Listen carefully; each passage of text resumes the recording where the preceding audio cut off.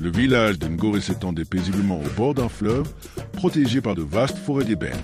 Mais depuis plusieurs jours, une ombre pesait sur les habitants. La petite Sally, fille unique du chef Moussa, était clouée au sol, ravagée par une fièvre mystérieuse. Sa mère, les yeux cernés de larmes, veillait sur elle sans relâche. Des guérisseurs du village avaient essayé leurs meilleurs remèdes, des infusions de feuilles, des prières aux ancêtres, des sacrifices de poulets. Rien n'y faisait. Chaque nuit, Sally se réveillait en hurlant. « Ils viennent, ils me regardent !» Quand on lui demandait de qui elle parlait, elle tremblait et se recroquevillait dans un coin. Ses yeux, d'ordinaire si doux, semblaient hantés par quelque chose d'invisible. Un soir, alors que la tempête grondait au loin, un ancien du village murmura « Il ne nous reste qu'une seule solution. Awa !» Un silence tomba sur l'assemblée. Awa, ce nom faisait frémir les plus courageux. La nuit tombait lorsque Moussa quitta le village, accompagné de son fidèle guerrier, Keba.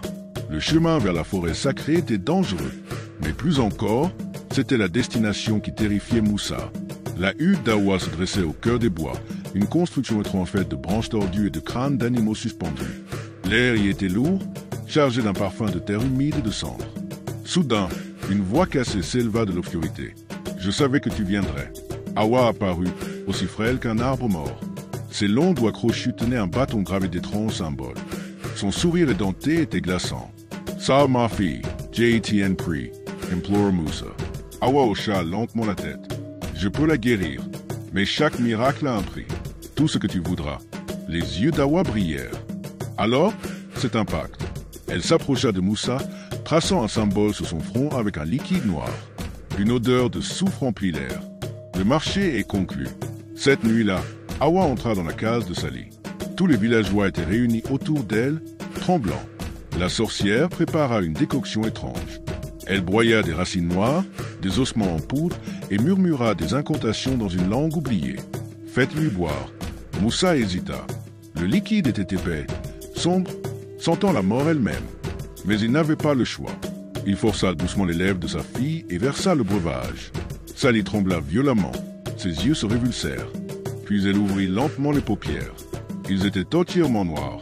Un frisson parcourut l'assemblée. Mais avant que quiconque ne réagisse, elle inspira profondément et sourit. « Elle est guérie !» s'écria Moussa, soulagé. Mais Awa, elle, ne disait rien.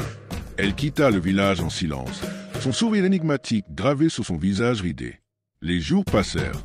Sally semblait en pleine santé. Trop en santé. Elle ne dormait plus, ne pleurait plus, ne riait plus. Son regard était toujours fixe, comme si elle voyait autre chose que les autres ne pouvaient pas percevoir. Puis, la nuit, on entendit des bruissements étranges près de sa case. Un matin, une villageoise retrouva des traces noires sur le sol, comme des empreintes de mains, mais bien plus grandes qu'une main humaine. Un guerrier affirma l'avoir vue parler toute seule près du fleuve, s'adressant à une silhouette invisible. Une autre nuit, Sally se leva sans bruit et quitta le village. Moussa la suivit, son cœur battant à tout rompre. Il la trouva au milieu de la forêt, assise sous un arbre noueux. Elle murmurait des mots dans une langue inconnue. Derrière elle, une ombre mouvante se dressait. Moussa cria son nom. Sally leva lentement la tête vers lui. Le pacte est scellé. Père, derrière elle, la silhouette de Savanka. Awa, elle était différente, plus grande, plus sombre, plus inhumaine. Tu m'as donné ce que je voulais.